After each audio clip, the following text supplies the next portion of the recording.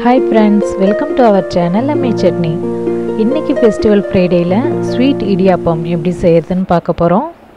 இது வந்து சிம்பிளான ஒரு பிரேக்ஃபாஸ்டாவும் அதே டைம்ல நல்ல ஒரு டிஃபனாவும் இருக்கும்.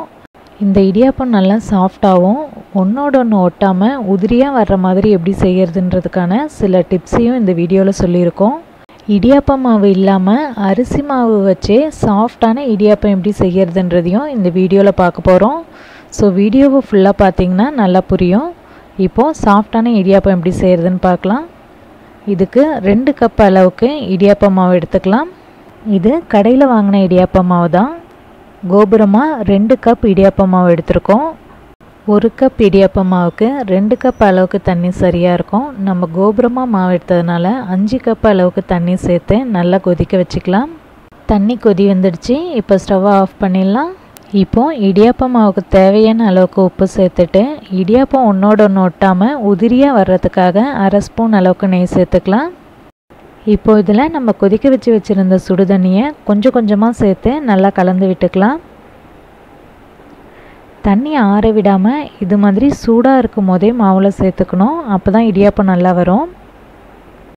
1 கப் இடியாப்ப மாவுக்கு 2 கப் அளவுக்கு தண்ணி சரியாக இருக்கும்.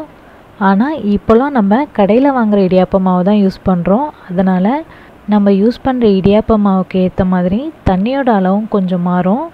அதனால் எல்லா சுடு தண்ணியும் ஒரே டைமில் சேர்க்காம கொஞ்சம் கொஞ்சமாக சேர்த்து மாவு சரியான பதத்தில் கலந்துக்கலாம்.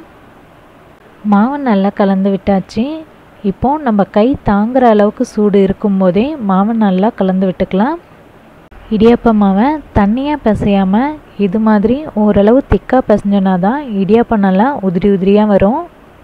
மாவை இது மாதிரி ரோல் பண்ணிவிட்டு அச்சில் சேர்த்துக்கலாம். இப்போது இடியாப்ப அச்சை உள்ளார வச்சுட்டு நம்ம ரோல் பண்ணி வச்சுருக்கிற இடியாப்ப மாவை அச்சில் ஃபில் பண்ணிடலாம். இடியாப்ப மாவை அச்சில் சேர்த்துட்டு கேப் இல்லாமல் நல்லா அழுத்தி வச்சிடலாம். அப்போ தான் இடியாப்பம் சுற்றும் போது கட்டாகாமல் நல்லா நூல் நூலாக அழகாக வரும். இப்போது அச்சை நல்லா டைட்டாக மூடிட்டு இடியாப்பம் சுற்றிடலாம். இங்கே இடியாப்ப பிளேட் வச்சுருக்கோம். அதுக்கு மேலே இடியாப்பத்தை புழிஞ்சிடலாம்.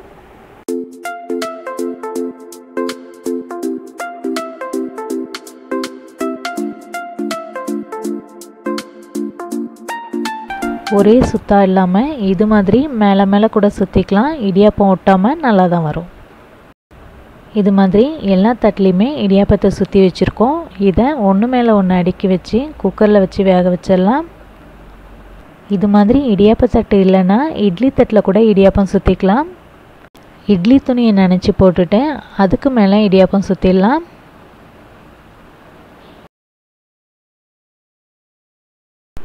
தண்ணி கொதி வந்ததும் இடியாப்ப தட்டை மேலே வச்சு மூடிடலாம். 2 தட்டியும் வச்சாச்சு. இப்போது மூடி வச்சு 10 நிமிஷம் வேக வச்சிடலாம். இது மாதிரியே குக்கரில் தண்ணி சூடானதும் இடியாப்ப தட்டு வச்சு மூடி வச்சிடலாம். இதுவும் 10 நிமிஷம் வேகட்டும். இடியாப்ப மாவு இல்லாமல் அரிசி மாவை யூஸ் பண்ணியே சாஃப்டான இடியாப்பம் செய்யலாம். அரிசி மாவை வெறும் வானலில் சேர்த்து ஃப்ளேமை சிம்மில் வச்சு 1 நிமிஷம் கைவிடாமல் இது மாதிரி கலந்து விட்டுட்டே இருந்தோன்னா மாவு சூடாகி சரியான பதத்தில் வரும். இந்த மாவு ஆறுனதும் தேவையான அளவுக்கு இதில் சுடு தண்ணி சேர்த்து இடியாப்பம் செஞ்சோன்னா இடியாப்பம் நல்லா சாஃப்டாக வரும். இப்போது இடியாப்பம் வெந்திருக்கும், எடுத்துடலாம். நம்ம மேலே மேலே சுற்றி இருந்தாலும் இடியாப்பம் சூப்பராகவே வெந்திருக்கு. இப்போது இடியாப்ப தட்டில் வச்சுருந்த இடியாப்பம் எப்படி வெந்திருக்குன்னு பார்க்கலாம். பார்க்கும்போதே தெரியுது இடியாப்பம் நல்லா சாஃப்டாகவும் உதிரி உதிரியாகவும் இருக்கும்னு. இப்போது சூடாக இருக்கிற இந்த இடியாப்பத்தை வேறொரு பாத்திரத்தில் மாற்றிட்டு ஸ்வீட் இடியாப்பம் செஞ்சிடலாம். இடியாப்ப தட்டுலேருந்து 1 தட்டு மட்டும் எடுத்துருக்கோம். இது மாதிரி இட்லி தட்டுலேருந்தும் 1 தட்டு இடியாப்பம் எடுத்துக்கலாம்.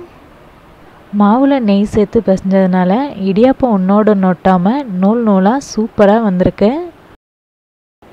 இப்போ இதில் தேவையான அளவுக்கு நாட்டு சர்க்கரையும் துருவின தேங்காயும் சேர்த்துக்கலாம். தேங்காவையும் வெல்லத்தையும் இடியாப்பத்தோடு நல்லா கலந்து விட்டுக்கலாம். இதை கலந்து விடும்போதே இடியாப்பம் உதிரி உதிரியாக ஆகிடும்.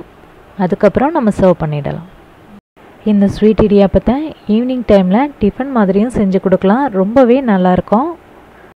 அவ்வளோதான். இப்போ நமக்கு ஈஸியான ஸ்வீட் இடியாப்பம் ரெடி ஆகிடுச்சு. கண்டிப்பாக இதை நீங்களும் உங்கள் வீட்டில் ட்ரை பண்ணி பார்த்துட்டு உங்களோட கமெண்ட்ஸ் எங்களுக்கு அனுப்புங்க. இந்த இடியாப்பத்தோட வெஜிடபிள் ஸ்டூ சேர்த்து சாப்பிட்டோன்னாலும் ரொம்பவே சூப்பராக இருக்கும். வெஜிடபிள் ஸ்டூ எப்படி செய்யறதுன்றதை வரும் வாரங்களில் நம்ம பார்க்கலாம். இன்றைக்கி நம்ம பார்த்த இந்த சிம்பிளான ஈஸியான ஸ்வீட் இடியாப்பம் உங்கள் எல்லாருக்கும் பிடிச்சிருக்கோன்னு நம்புகிறேன். தேங்க்யூ.